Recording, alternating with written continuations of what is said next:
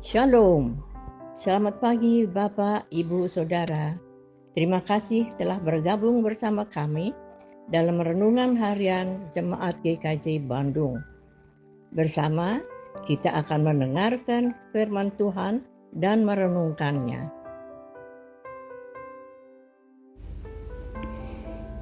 Selamat pagi saudara warga GKJ Bandung.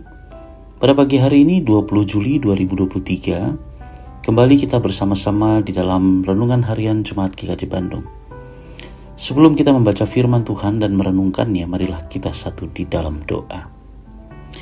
Bapa dalam surga, terima kasih untuk pagi hari ini jika kami boleh bersama-sama merenungkan firman Tuhan dan belajar firman Tuhan.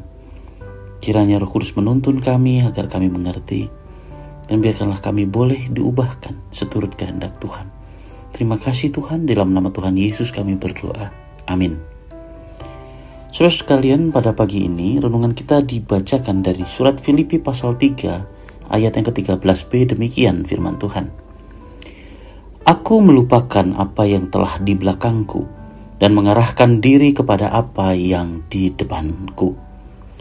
Renungan pada pagi ini diberi judul Beranjak dari Ikatan Masa Lalu.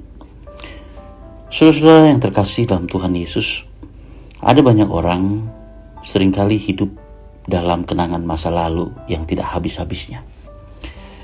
Ya, memang kita menyadari bahwa masa lalu adalah bagian dari kehidupan kita. Bahkan kadang melupakan masa lalu memang tidak semudah membalik telapak tangan. Masa lalu itu mungkin dipenuhi oleh kenangan yang indah bersama dengan orang yang kita kasihi. Tetapi kita menyadari bahwa hal itu adalah sesuatu yang telah terjadi di masa lalu dan tidak bisa terulang lagi.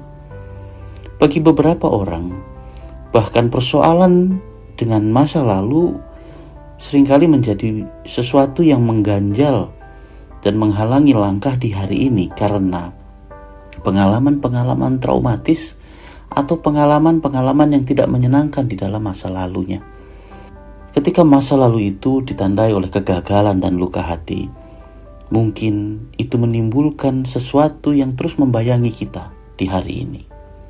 Saudara-saudara yang terkasih, pertanyaan bagi kita kemudian adalah, jika demikian, sampai kapan kita akan menjalani hari-hari yang dibayangi oleh masa lalu itu?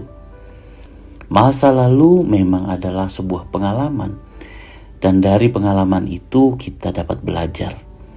Tetapi sekali lagi, janganlah masa lalu itu menghambat langkah kita untuk menatap dan menyambut masa depan yang lebih baik. Kita harus keluar dari belenggu masa lalu. Salah satu tokoh Alkitab, yaitu Rasul Paulus, seorang dari Tarsis, dikenal sebagai seorang rasul yang mengalami perubahan luar biasa oleh karena Kristus mengubahnya. Paulus dulu adalah seorang penganiaya dan pembunuh pengikut Kristus. Salah satu perannya yang sangat terkenal adalah ketika ia punya andil besar dalam peristiwa dirajamnya Stefanus.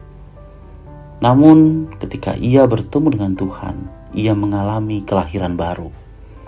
Di dalam 2 Korintus pasal 5 ayat 17 dikatakan, jadi siapa yang ada di dalam Kristus, ia adalah ciptaan baru. Yang lama sudah berlalu, sesungguhnya yang baru sudah datang. Rasul Paulus telah dibentuk oleh Tuhan, dipanggil oleh Tuhan untuk melaksanakan pekerjaan Tuhan, menjangkau jiwa-jiwa melalui pemberitaan Injil. Saudara-saudara sekalian, Tuhan dapat menyentuh dan mengubah hati kita. Marilah kita beranjak dari ikatan-ikatan masa lalu kita.